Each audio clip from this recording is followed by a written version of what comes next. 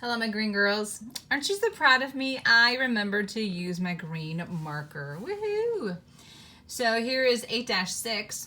As the chapter is getting harder, I know, wink, wink, Nicole. It's been hard ever since 8-1.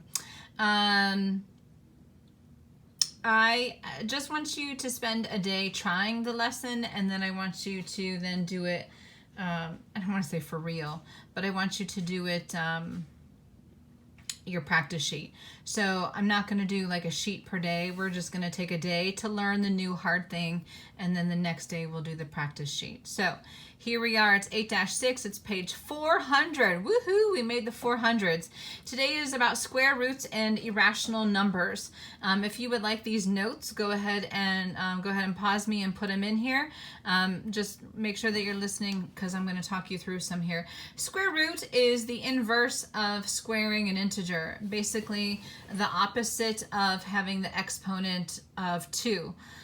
The example here, it would be the square root of 49 is 7 squared, or 7 to the second power, and so your square root is then 7.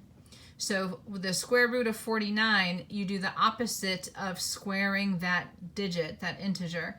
The symbol there is this goofy little thing. It does have the little tail. To be truly accurate, it has the little tail, and then it does the little check mark, and then it goes into a little division bar doohickey. It's hard to explain, but there it is. It's in the book too.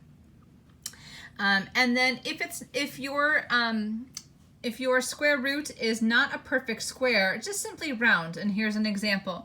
If they wanted you to find the square root of 33, well, nothing squared makes 33, but you can say, oh, well, 5 squared is 25 and 6 squared is 36, so we'll just round in the middle and say that the square of 33 is 5.5, or you could have an answer that says between 5 and 6. So that's how you do those if they don't have a perfect square.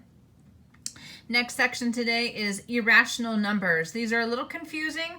I like the way I do it instead of the book. It's kind of scary on 401, the little overlapping circles and squares and rectangles. So I like mine better than the book. But anyway, irrational numbers. The math definition is it's a number that cannot be written as a ratio of 2 integers. I squeezed in the word integers there. So you're going to be given numbers, and you're going to say, hey, is it rational or is it irrational? And so today, you've been learning irrational numbers all throughout the book. But today, here's the definition. So if an answer is irrational, or a number, I guess it doesn't have to be an answer. If it's a decimal that never will terminate. Terminate meaning end. So if the answer is simply 0.94, well, that ends. It worked out evenly with no remainder.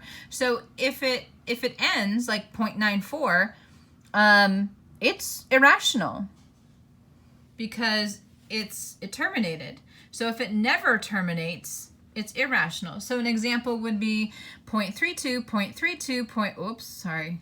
That's my next one. There's one in the book with 3s and 2s, like 0.321, 1, 2, 3, 1, 2, 4, 5. If it has those and it never, never, never repeats, it would be irrational. Okay? So if it never terminates, like it goes on forever and ever and ever, like pi is an irrational number. And if the decimal never has a pattern and repeats itself, if it never repeats, it's irrational. And then the other cue for irrational numbers is that they don't have perfect squares. So back up to the square root of 33, that's an irrational number because 33 does not have a perfect square. However, square root of 49, that is rational because it is a perfect square. So learning square root, learning irrational numbers.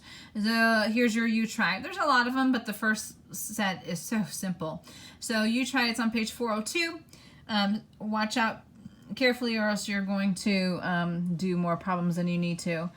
6 through 15, problem 18, and then grouping 22 through 29.